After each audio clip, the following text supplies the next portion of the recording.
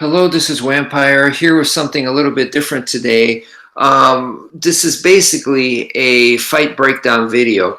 And what I'm doing here, it's as you can see, it says Street Beefs, Striking Viking versus Ghost MMA. Now, normally when people do fight breakdowns, fight commentary type stuff, they like to study and analyze the best in the world today. So I'm talking about like the top K1. If it's MMA, it's like UFC. You know, we're talking like the supreme athletes, the top of the top, the best of the best kind of stuff. While I do like to analyze that stuff and try to learn from those fights, also I make sure that I don't neglect watching amateur fights as well, like street fights, and then also something like this. I feel like when it comes down to it, there's a much higher chance that I'm going to perform like an amateur fighter. I'm, as much as I would like to think that I would fight like Anderson Silva or Miracle Crocop or any of those guys, the reality is that's not what's going to happen. You know what I mean? So the possibility of me fighting like an amateur is much higher. So why not study how I'm actually going to perform like? It just makes more sense to me. So that's what I'm doing here, this amateur MMA fight. And let's go ahead and get started, okay? So here we go. As you can see, both of these guys are heavyweights. They're huge dudes. I don't know. Whoops, sorry about that. I don't know the height and the weight. I could tell you more than likely that the referee that you're seeing here, who is a lot smaller than these guys, is bigger than I am. So I'm way tiny compared to them. But still, I think it's I could benefit a lot from watching this fight, and I felt like I have, and I like to share some of my findings with you guys. So right here, they're going to start, and boom, you can see the Viking is actually pretty light on his feet for a guy his size. He did a small hop and came right in with that strike. So if you notice, that was a fake jab into essentially a double leg takedown. Okay,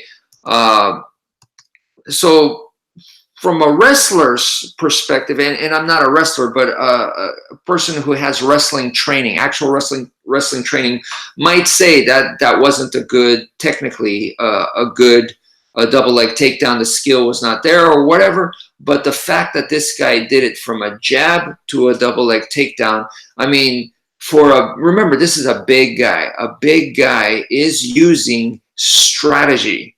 That's what's impressive here. Okay.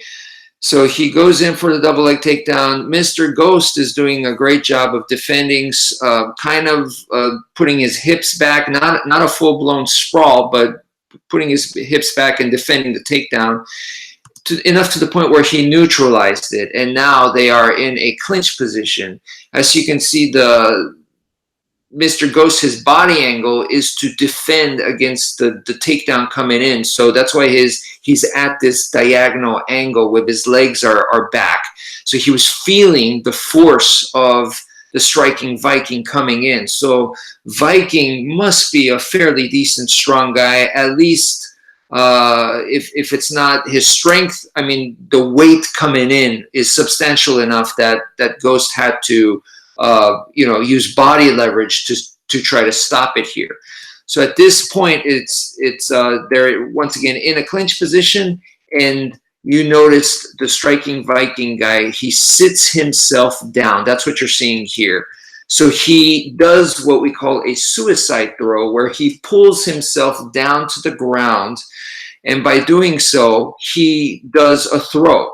So he pulls the guy in. And so I don't know if this is a technique that he's practiced before, or it's something that he's done several times, and it's like his to-go move, but beautifully executed. You could see how his legs kind of like make a circular motion and slide. It shows that there was a ton of momentum there. They are two big dudes, but I mean, very nicely executed there. And the reason why this worked is, once again, because he came in so committed, and he was coming in forwards from that punch, fake punch, to the double leg takedown. And then once in the clinch, he was pushing forwards, and then suddenly he changed it. So once again, this is a big guy using strategy. He is using tact there, which that alone to me is impressive. So right there, the problem here is he goes for the mount immediately, and the way that he went for the mount, from a BJJ perspective, maybe not the best way to get the mount. So as you can see, he gets caught in a half guard. So right here, Mr. Ghost, his legs opened up, as you can see right there. He's no longer in the half guard, which for me, that's kind of a lazy half guard. I'm not a big fan of that. If you're going to get the half guard, I feel like you need to get it solid. But what I do like from Mr. Ghost, what he's doing here, is that if you watch, he is on his side. He's not fully pinned, where both shoulders is down and he's flat on his back. He is turned to the side. It's very evident if you look at his hip. His left leg is on the top side, right? And look at his arm, the left arm. I don't like how his left arm is trapped on the inside there. It should be an underhook, in my opinion. That's how I like to do it. But you know, the fact that he's not flat on his back, that's a good thing. Now, Mr. Viking, a striking Viking, on the other hand, is holding position. As you can see, he's holding Mr. Ghost, right? The way what the Brazilians would be saying at this point is that you need to establish the position. So in other words, holding the position is the first step. Second step is you need to establish the position. What does that mean? Establish the position is another word for saying secure the position, or should I say anchor the position? Because just holding it, you get the position, okay, you're there and you hold it, that's not good enough. You're going to get reversed, or the guy's going to escape, or whatever. That's really not good enough. And in the old school MMA, back when it was called no holds barred, you see a lot of fighters from here, they strike. They go, oh man, this is my chance to strike. So they hold the position, and then they immediately go to striking, and they lose position. Okay, because when you're striking, you're even more space. You're giving space to the opponent, and your balance is not as good, and whatnot. So today's UFC guys, they all do it like nothing because they're so good. But number one is you hold the position, just like you're seeing Mr. Striking Viking do. Number two is you got to establish the position. You got to sink it down. And then number three, then you strike. And there's certain ways to strike from there without losing the position, which you could watch an instructional video and go, okay, I know the type of strikes I'm supposed to be doing. So then you go, you know what? I can do that. What you see in the UFC today, you go, I can fight like those guys. But in reality, no, because once again, this is a three-step process. You hold the position, establish the position, and then strike. Or if you're like a catch wrestler, you start inflicting pain. You start grinding or whatnot.